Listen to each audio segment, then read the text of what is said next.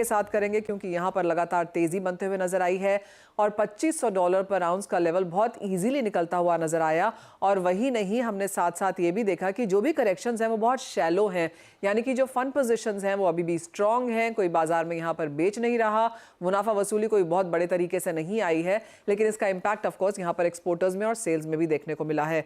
नितिन जी, सबसे पहले आपसे, और ऑन ग्राउंड रियलिटीज क्या हैं इन करंट प्राइसेस में त्योहारों की शुरुआत के साथ? किस तरह से आप एक तो प्राइसेस देख रहे हैं और दूसरा डिमांड को लेकर क्या सेंस है? देखिए, डिमांड तो बहुत अच्छी है लोकल के अंदर, इंटरनेशनली कम है। आपके जानकारी आपने भी बताया और हमारे पास भी फिगर आ रहे हैं, लेकिन हिंदुस्तान में बहुत अच्छी ग्राहकी है। ज्वेलरी हिंदुस्तान के होलसेल मार्केट में काफी शॉर्टेज चल रही है। आने वाले समय में all India gem and jewellery domestic council का जो एग्जीबिशन जीजेस होने वाला है, उसके लिए भी बहुत ज्यादा डिमांड है। और ये सारे पक्ष को देखते हुए मुझे लगता है कि गोल्ड का फ्यूचर बहुत अच्छा दिख रहा है। एक सबसे बड़ी बात मैं आप लोगों को बताना चाहूंगा, जो रिसाइकल गोल्ड या तो एक्सचेंज में या रीसेल के लिए जो हम लोगों के पास आता था, वो 10% पे आ गया रेगुलर जितना आता था। हमारे टोटल सेल के 60-40% जो आता था वो 10% से नीचे आ गया है। तो लगातार डिमांड सोने के अंदर बढ़ते जा रही है और सेलर कोई रेडी नहीं है। एज ऑफ नाउ मार्केट में फिर किस तरह का प्रीमियम या डिस्काउंट आप बनता हुआ देख रहे हैं? क्योंकि पिछले हफ्ते जितनी हमारी बात हुई थी यहाँ पर ज्वेलर से, उनके कहना था कि थोड़ा सा प्रीमियम अभी भी यहाँ पर बाजार में है। देखिए, थोड़ा प्रीमियम है, उसके इंडिकेटर है।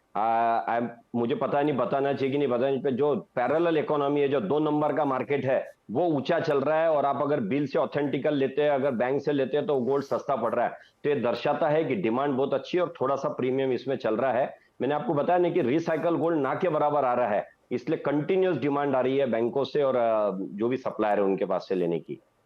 ओके नितिन जी, आपको एब्सोल्युटली हमें बताना चाहिए ताकि हमारे कंज्यूमर्स ये जान पाएं कि उनको बिल से ही लेना चाहिए, वो सही तरीका भी है और बिल से यहाँ पर सस्ता भी है फिलहाल यहाँ पर सोना खरीदना।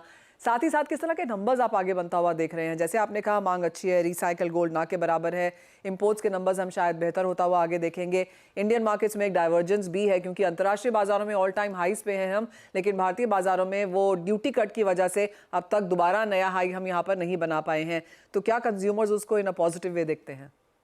बिल्कुल, कंज्यूमर उसको बहुत पॉजिटिव ले रहा है कि अगर अगर ये ड्यूटी कम नहीं होती तो आज गोल्ड के रेट 77,000 के आसपास होते, और 78 बल्कि, क्योंकि 60-65 हजार रुपए की इसमें और तेजी होती। और इंटरनेशनली भी मैं डिमांड इसलिए अच्छी मान के चल रहा हूं आगे आने वाले समय में, क्योंकि इकोनॉमी स्लो डाउन हो रही है यूएस की, आगे इलेक्शन भी है यूएस के अंदर। तो जब भी इकोनॉमी स्लो डाउन होती है तो ये देखा जाता है कि गोल्ड की डिमांड बढ़ती है, सेफ हेवन डिमांड बहुत बढ़ती है, क्योंकि कंज्यूमर के फिगर कम आ रहे हैं, एम्प्लॉयमेंट के फिगर बढ़ के आ रहे हैं। सारी चीजें गोल्ड की डिमांड भी बताती है और इसके रेट बढ़ाने बताती है। और मैं आपको बताऊं, 27 से 30% के आसपास में मंथ ऑन मंथ अगर देखते हैं पिछले 2 महीने के अंदर, तो डिमांड बढ़ी है। और ये हो गई ग्राम के अंदर। अगर आप रुपीस टर्म के अंदर देखते हैं तो 40% के आसपास में इजाफा है। तो इस सीजन में बिल्कुल गिराकी कम रहती है, बहुत अच्छी गिराकी है। उसे देखते हुए मुझे लगता है कि आने वाले समय में जो मैरिज का सीजन है, जो त्योहारों का सीजन है, बहुत अच्छी तैयारी सभी ज्वेलर्स कर रहे हैं और हम लोग भी सब कर रहे हैं। ऑलराइट, यानी कि चाहे वो वैल्यू है या वॉल्यूम टर्म्स में है, double digit and higher double digit growth हमने यहाँ पर बनते हुए देखी है। हमारे साथ अब सुरेंद्र मेहता जी भी जुड़ चुके हैं। सुरेंद्र जी नमस्कार, आपकी क्या सेंस है यहाँ पर प्राइसेस को लेकर? ज़्यादातर लोगों के 2500 2550 तक के लेवल्स थे इस साल के अंत तक, वो ऑलरेडी यहाँ पर निकलते हुए नजर आए हैं।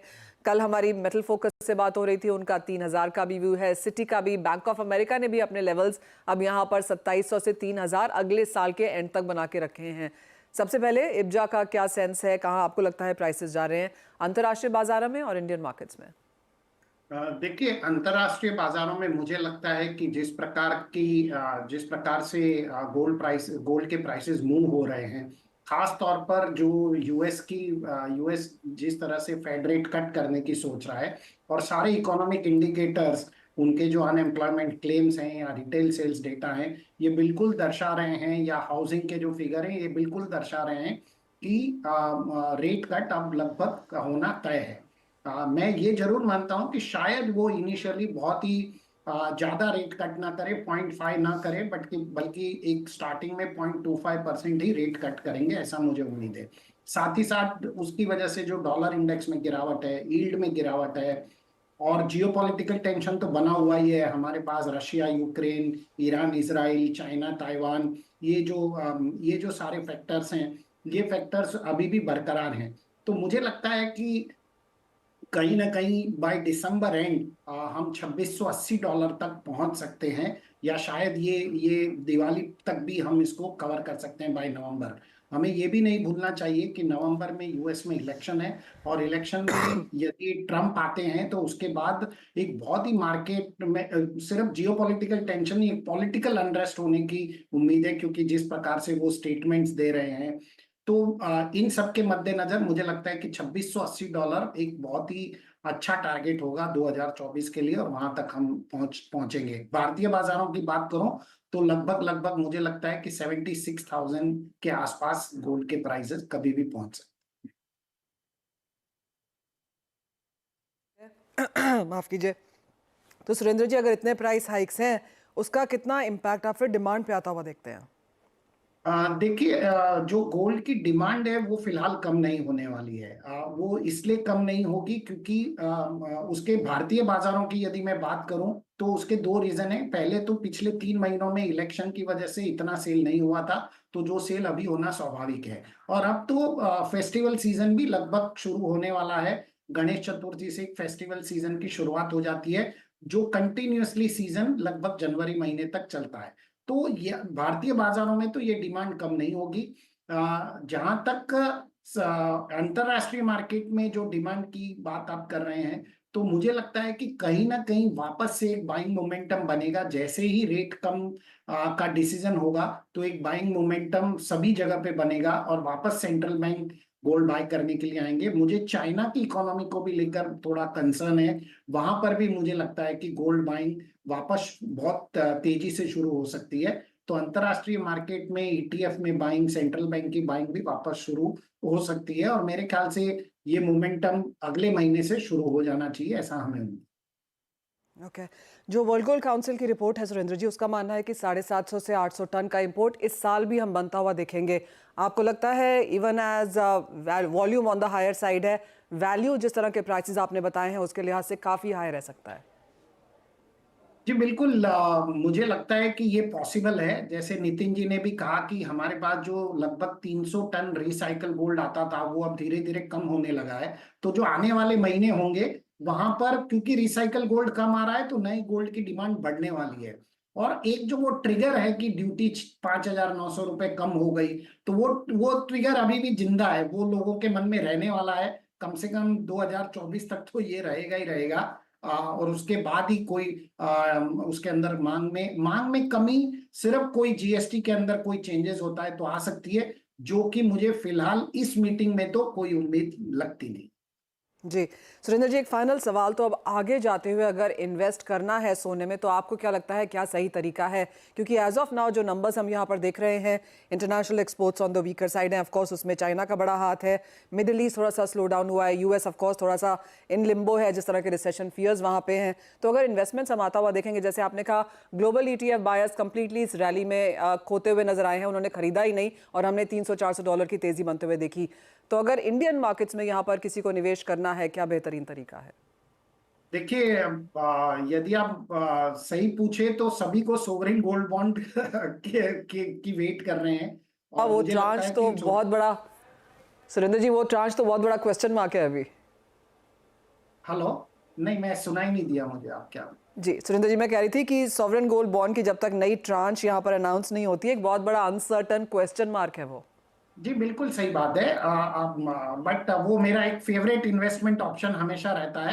सोवरेन गोल्ड बॉन्ड नहीं हुआ तो आप गोल्ड ईटीएफ में आप इन्वेस्ट कर सकते हैं अभी, क्योंकि गोल्ड ईटीएफ में आपको टैक्स का मुनाफा होता है। जो नया टैक्स रिजाइम चेंज हुआ है, आपको 20% की जगह 12.5% ही टैक्स लगेगा उसके अंदर। और बुलियन लेना, ज्वेलरी लेना, देखिए ज्वेलरी माइंग तो भारत का ये तो मूल है। यहाँ पे लोग ज्वेलरी खरीद पहन के फ्लॉन्ट भी करना चाहते हैं।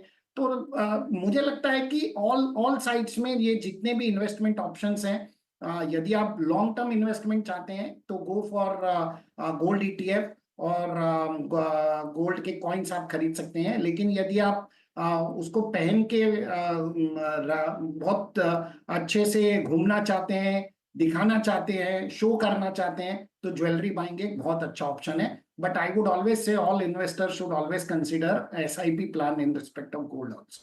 एब्सोल्युटली, फाइनेंशियलाइजेशन एक सही तरीका है और ऑफ कोर्स फेस्टिवल्स में फिजिकल बाइंग तो आएगी, लेकिन ईटीएफ एक काफ़ी इंपॉर्टेंट रह सकता है जब तक सॉवरेन गोल्ड बॉन्ड की ट्रांस अनाउंस नहीं होती। अनुज, सब लोग यहाँ पर तेजी में है, 2500, 2600, 2700 के लेवल्स हैं, आपको क्या लगता है ऑन चार्ट्स?